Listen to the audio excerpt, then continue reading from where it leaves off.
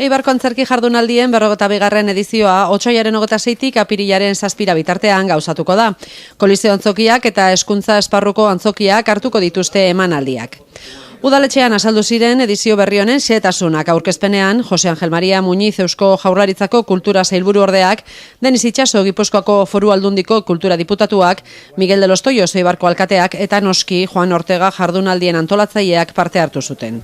Creo que toca este año recordar que se cumple el 50 aniversario de la Universidad Laboral y estas jornadas nacieron como una actividad de la propia Universidad Laboral. Y fue allí donde nacieron las jornadas, que nacieron como una actividad dentro del propio centro, que ahí había internado importante también, mucha gente de fuera que venía.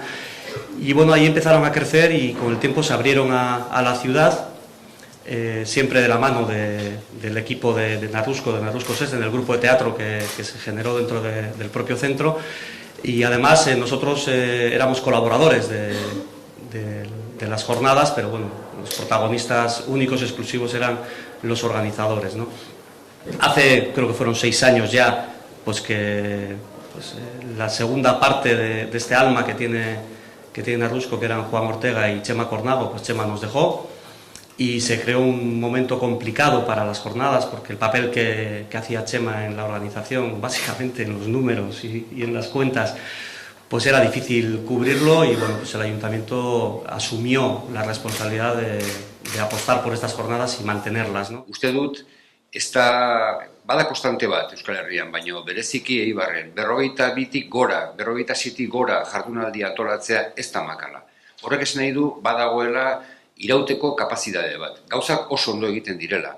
Egiten direla gauzak irauteko, eta ez momentu batean su artifizialak egiteko. Eta esan nahi du atzean badagoela herri bat.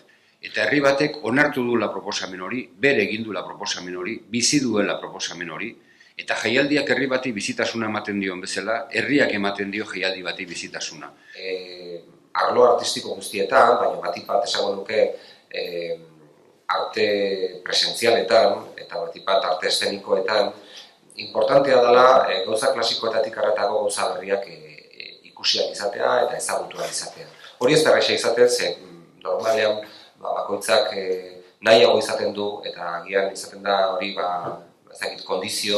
giza kondizio bat, giza baldintza bat izan daiteke, erosoago sentitzen gerala ezagutzen ditugun formatoetan, baina formato berriak, lenguaje berriak eta gauza kontatzeko era berriak ezagutu ahal izatea, nik uste dut ere ematen diola halako kutsu vanguardista bat jaialdiari, ez?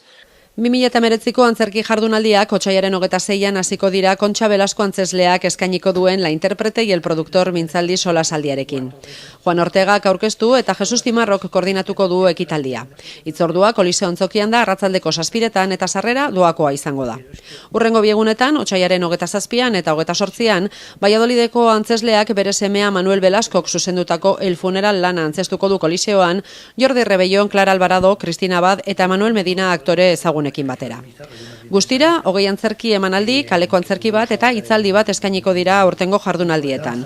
22 ekitaldi hauetako 9 gaztelaniaz izango dira, 4 euskaraz, dantza ikuskizun bat egongo da, 2 magi ikuskizun eta keinu antzeslan bat. Eibartik pasatuko diren izen garrantzitsuen artean, El Funeral antzeslanean lan egingo duen Kontxa Belasko nabarmentzen da, 7 años ekarriko duen Miguel Reyanekin, El Desguace de las Musas aurkeztuko duen Gabino Diegorekin, edota La Luz Oscura ekarriko duen Rafael Álvarez el Brujorekin batera. Si se lo pierden, pues bueno, tampoco pasa nada. Todo el mundo no ha podido ver a Curro Romero en ninguna de sus grandes faenas y el mundo ha seguido, pero sería triste, sería muy lamentable. ¿Que a quién nos dirigimos nosotros hoy? Pues a los ilustres visitantes, a algunos concejales del ayuntamiento y sobre todo a los medios de comunicación. Si yo supiera que servía de algo, yo ahora saldría a la calle, incluso sin abrigo, dando gritos y diciendo que no seáis tontos, que vayáis al teatro, que caramba, que podéis hacer más cosas más veces, a ver si me hacían caso. Pero bueno, pues a mi manera lo voy a seguir haciendo así.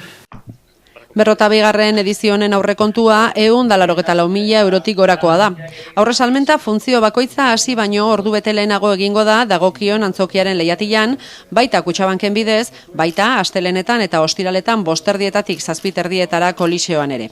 Koliseoaren laguna txartela dutenek murriztapenak izango dituzte.